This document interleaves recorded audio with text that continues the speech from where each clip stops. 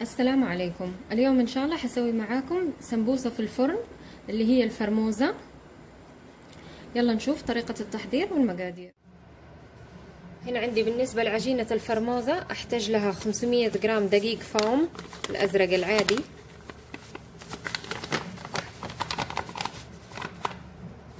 هذه النوعية،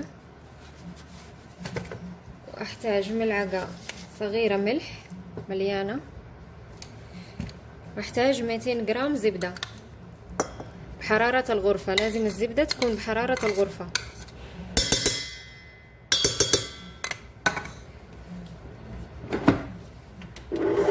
احاول اخلي الزبدة مع الدقيق كده يصير كأنه يترمل كده، بعدين ابدأ اضيف في الموية. لازم الزبدة تنسجم مع الدقيق مظبوط. الحين خلاص بعد ما كده تترمل معايا ابدأ اضيف في الموية شوية شوية علين تتماسك.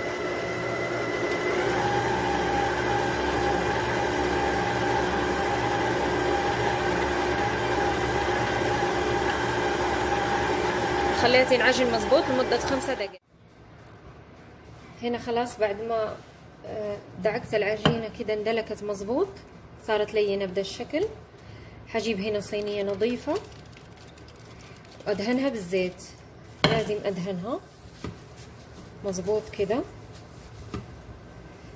واحط في يدي انا زيت علشان ابدأ اشكل كور صغيرة على قد السمبوسة اللي انا ابغاها. ده الشكل، كور صغيرة مرة، احاول اسويهم قد بعض.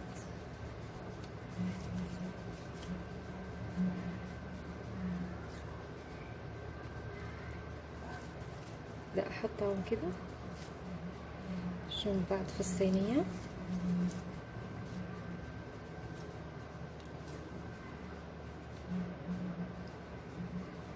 علينا اخلص الكمية كلها.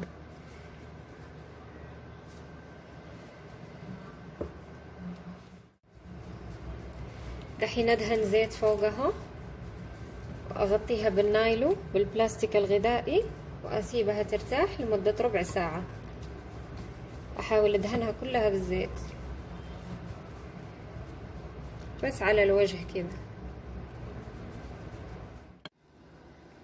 هنا بالنسبة لتتبيلة سمبوسة الفرموزة، هنا عندي مفرومة دجاج وعندي مفرومة لحم حوالي ربع كيلو ربع كيلو. هحتاج هنا حبة بصل مفرومة للحم، حبة بصل مفرومة للدجاج، وهنا عندي 2 طماطم، حبة للدجاج وحبة للحم. وفي التتبيل هحتاج كمون وفلفل اسود وملح. بسم الله. اول شيء هضيف البصل على اللحم، واضيف البصل على الدجاج، وحضيف حبة الطماطم حقة الدجاج وحبة الطماطم حقة اللحم. حبدأ اضيف البهارات، ملعقة صغيرة كمون في اللحم وملعقة صغيرة كمون في الدجاج،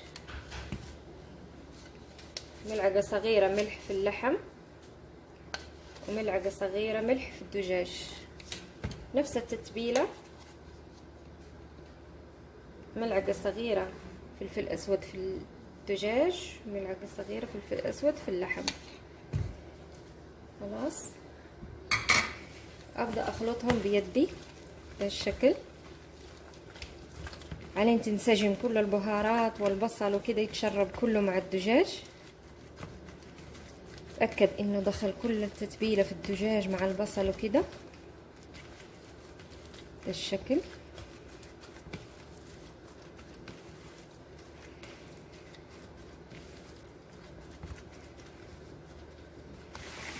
وبعدين اخلط كمان اللحم واسيبهم كده نص ساعة يتشرب التتبيلة عبال ما اسوي العجين واريحها. هنا عندي العجينة، هنا بعد ما ارتاحت اخذ شوية زيت. هنا عندي اللحم صفيته في المصفاية عشان اتخلص من الموية اللي فيه. ابدأ افردها من الاطراف واسيب الوسط متين شوية علشان الحشوة ما تندر. اخذ ملعقة صغيرة من الحشوة ابدأ اطبقها بهذا الشكل. افرد الاطراف، اجيب القصاصة اقص من هنا شوية ومن هنا شوية علشان تجيني مرتبة في الشكل. اسويها كده.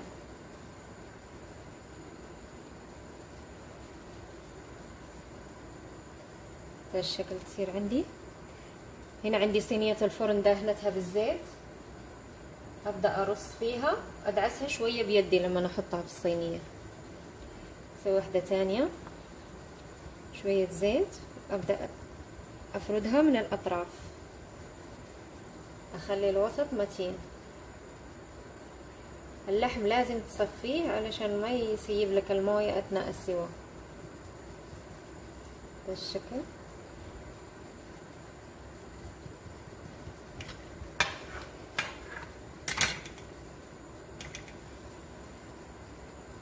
هنا انا اقص الاطراف علشان ما تجيني متينة، تجي مظبوطة كده. ده الشكل. احاول اسويهم كلهم قد بعض، استمر بنفس الشكل. هنا عندي حبة بيض حطيت لها نقطة خل علشان تشيل الزفارة.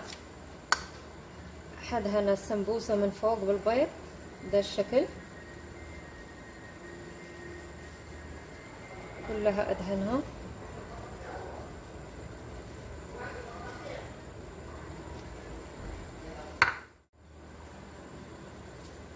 هنا حزينها بالحبة السوداء.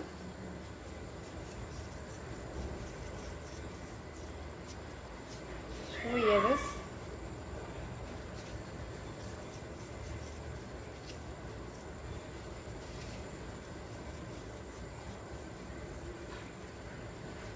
بس من النص.